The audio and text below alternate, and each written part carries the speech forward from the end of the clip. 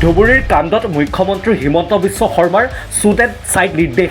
পুলিচে ডাউট কৰিলে তাক গুলি মাৰিব, কোনো কথা নাই। আজি আমি গভৰ্ণমেণ্টৰ পৰা মই গুৱাহাটীৰ পৰা গৈয়ে shoot and sight order issue কৰি আছোঁ।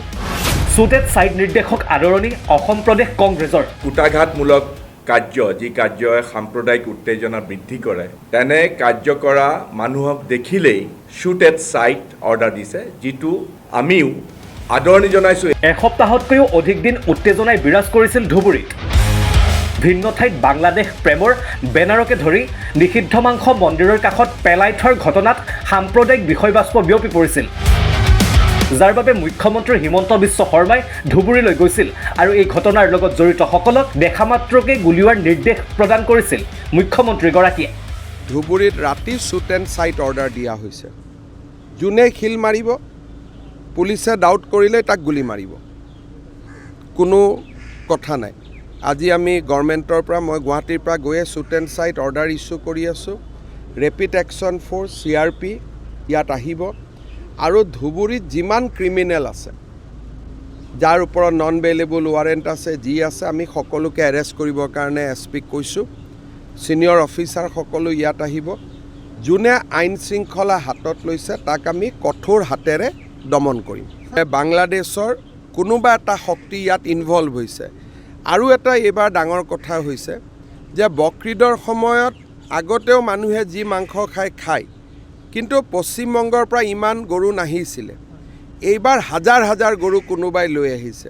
যিটো মোৰ নলেজত আহিছে, কোনে এই ব্যৱসায়টো আকৌ আৰম্ভ কৰিলে তাৰ ওপৰতো মই ইনকুৱাৰী কৰিব দিছোঁ।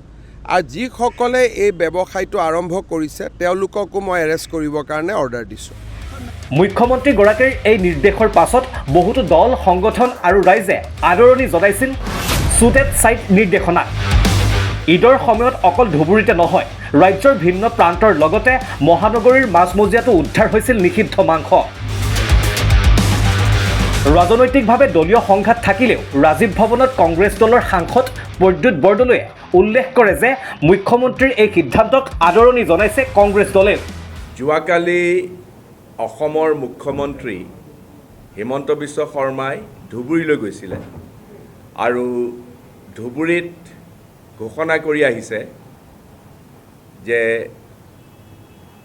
যি কুটাঘাতমূলক কাৰ্য, যি কাৰ্যই সাম্প্ৰদায়িক উত্তেজনা বৃদ্ধি কৰে, তেনে কাৰ্য কৰা মানুহক দেখিলেই শ্বুট এট চাইট অৰ্ডাৰ দিছে, যিটো আমিও আদৰণি জনাইছোঁ। সাম্প্ৰদায়িক উত্তেজনা বৃদ্ধি কৰিব পৰা, কুটাঘাতমূলক কাৰ্য কৰিব পৰা যিটো এটা অশুভ শক্তিৰ কথা মুখ্যমন্ত্ৰীয়েও কৈছে, সেই অশুভ শক্তিটোক মষিমূৰ কৰিবই লাগিব আৰু কঠোৰভাৱে অসমত চাৰিওফালে গা কৰি উঠা কিছুমান এনেকুৱা সাম্প্ৰদায়িক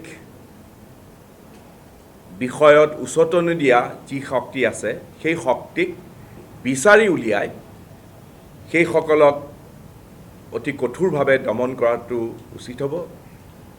আৰু তাত এনে কাৰ্যত কংগ্ৰেছ দলে সদায় আদৰণি জনাব। মুখ্যমন্ত্ৰী হিমন্ত বিশ্ব শৰ্মাৰ ধুবুৰীক লৈ লোৱা গুৰুত্বপূৰ্ণ সিদ্ধান্তৰ পাছতে এই ঘটনাৰ লগত জড়িত বহু কালপিতক ইতিমধ্যে আৰক্ষীয়ে আটক কৰিছে।